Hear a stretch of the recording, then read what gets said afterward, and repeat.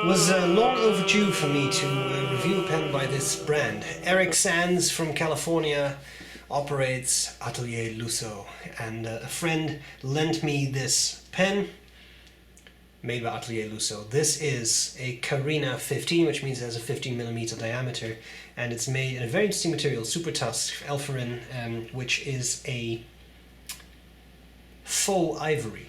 So it's supposed to really resemble ivory in many ways. It can be machined. These pens, all pens I suppose by Atelier Lusso actually, are made... There's a truck. These pens, all pens from Lusso are made by hand on a lathe, but not a CNC lathe. So it is actually a handmade pen that you buy. Having said all that, let's look at the parts of this pen. I'll do a writing sample. I'll tell you what I like about it, what I don't like about it. Let's get started. Okay, so here we go with the Atelier Lusso Carina 15. So, box, cardboard outer sleeve, nice simple little box, I like that. Now we have the actual pen. I'll zoom in a little bit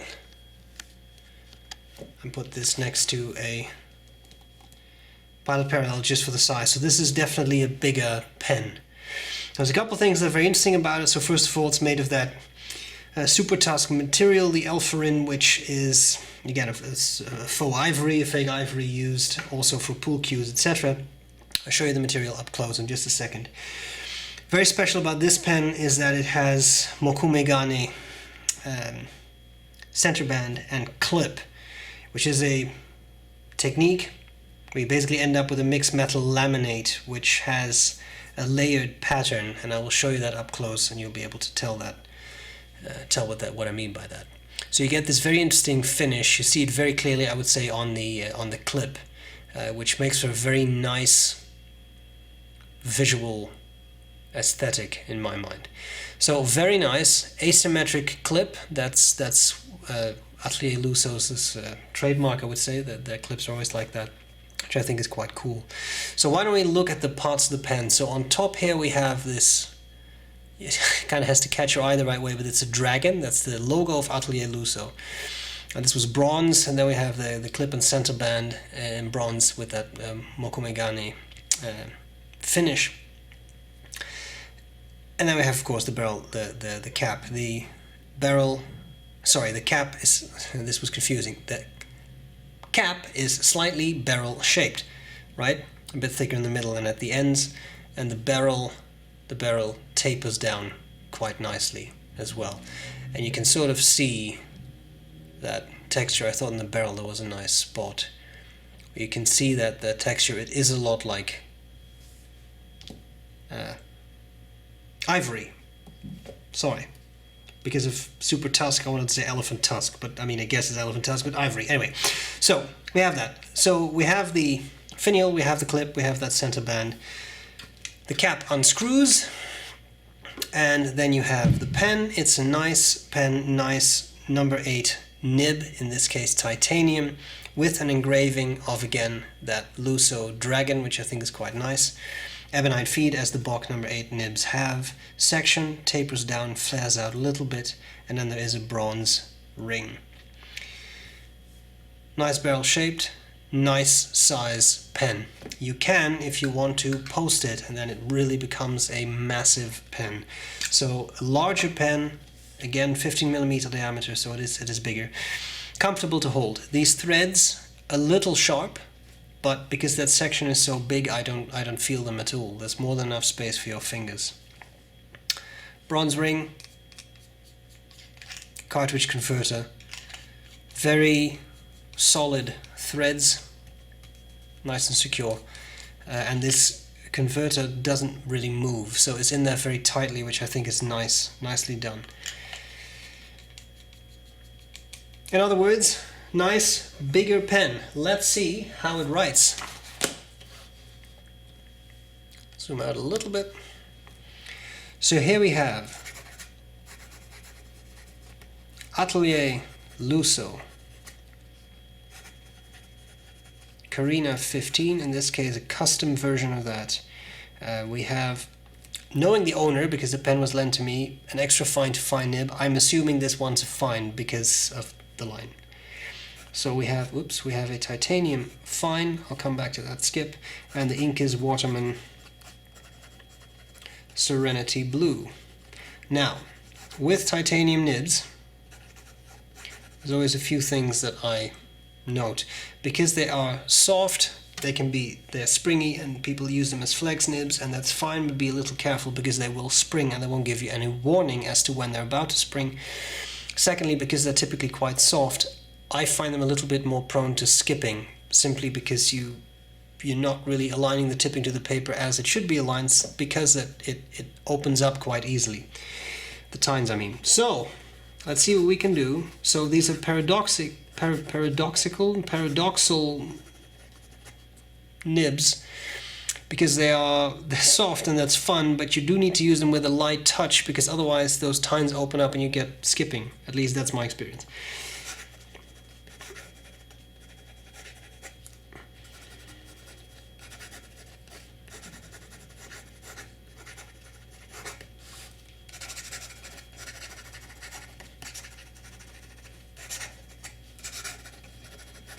That was not a skip. That was me not putting the pen to paper. So here you do see, even with very fast writing, I don't think anyone would do this. The pen keeps up really nicely, so that's really quite cool. Wetness overall, of course, also property of the paper and a property of the ink, but nicely tuned nib. Nothing wrong with that. Now, the part that everybody always wants to see. So with much care,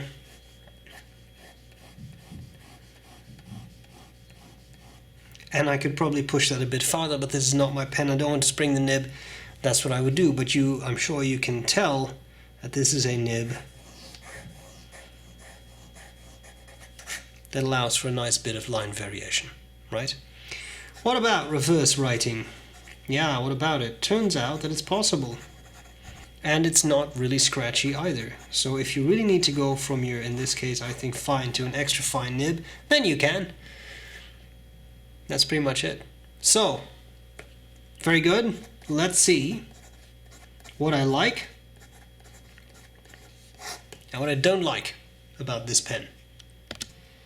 Okay, what do I like? What do I not like about the Atelier Lusso Carina 15, this custom version of that pen? There's a lot that I really like. I think overall the craftsmanship is very good. It's very nice, and it's a pleasant pen to use. It's clear that this is a pen that was made by someone who understands that this pen will be used to write with, because it's very comfortable. It's a very comfortable pen, especially for a larger pen. I think this would work for a lot of people. The section is nice and long, so there's a lot of space for you to grip that pen. I think that people will really appreciate that. I think especially given that it's also like hand-operated lathe that's used, etc. That's good. It shows craftsmanship, and I think that's really neat. I also like that asymmetrical clip. I think that's a nice touch. Ooh, that's good light. To show off the mokomegane technique, so that it looks really cool. And even if it would not have that mokomegane, it's a neat design to have such an asymmetrical clip. I think it looks nice. So I like that. I like that it's a larger pen. I like that it's an actually engraved nib, because it does have that Atelier Lusso logo engraved into it, which I think is neat. All of that's great. Price is $590 US for this particular model, with this material, with that clip and the center band in the mokomegane, with the titanium nib in number 8 and all that. $590 US. I don't think that's terrible. I don't think that's a terrible price, given that it is a custom version of this pen, and given everything that's on it, like the mokomegane, etc. That mokomegane, that is a nice addition to it, which I think adds a lot of visual appeal. Just makes it look extra cool. So I think that's a fair price. What are some things I don't like about it so much? One issue I had, this has nothing to do with the pen, this is the material. I was very nervous inking this up, because I have used La Bombe pens made of a similar, I'm not saying the same, but a similar material, and the section discolored. So on purpose I used a washable blue, and indeed, as soon as I dipped the pen in the ink, the section was bluish. So expecting this. I had a damp cloth at the ready and I quickly wiped it down and everything is fine. I mean, I think as far as you can see, there is no discoloration on this section now, but it was blue. And it was not just ink that was blue, the section was blue. That's something I would be very careful with. So this might be a pen where you want to fill up the converter and not dunk the whole thing in ink.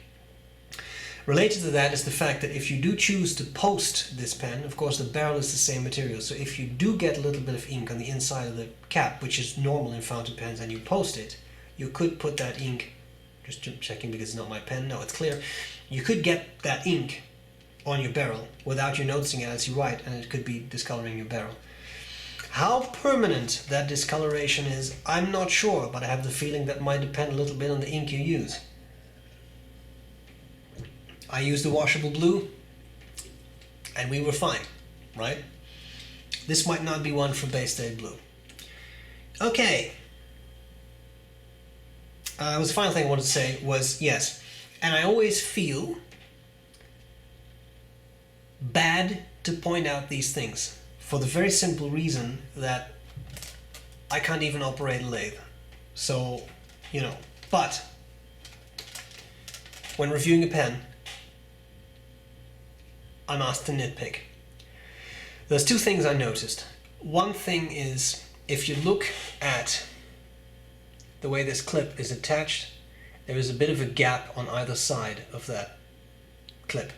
I think, but that's me saying, I think potentially that gap could be a little smaller, so that the tolerances are a little tighter. There is ever so slightly a little bit of movement in this clip. Now, I don't know if that's possible with this material, with all that stuff. I don't know, right? I'm just saying. I'm just pointing that out. Second thing I noticed was that the finial is off at a slanted angle. So the finial is not 100% straight into the cap, but is offset at a slight angle. Now, this is the nitpicking of the year because it is minimal. I don't even know if you can see it. But on this end, the finial sticks out a little bit more on the cap than on the other end. Okay, so it's ever so slightly a bit skewed. Now, you're not even talking about a millimeter, right? It's less than that. So this, for me, would absolutely not be a deal breaker. In fact, I kind of like that because it shows that this is a pen that was assembled by hand and not like a machine stamped out product. But I know there are some people who would lose sleep over this. And, you know, so for those people, don't lose sleep over this. That was nitpicking, and on both accounts, because by all means it's a beautiful pen. It really does what it's supposed to do. It writes very nicely, it's very comfortable. I think it's a great product and I would absolutely be happy to purchase something like this. I am not bothered by the gap. I'm not bothered, tiny gap. I'm not bothered by this being slightly off. Like I really don't care. Very nice. So I enjoyed this, I appreciated this. Simar, thank you for lending me the pen. I hope this was useful, and I'm glad to see you later.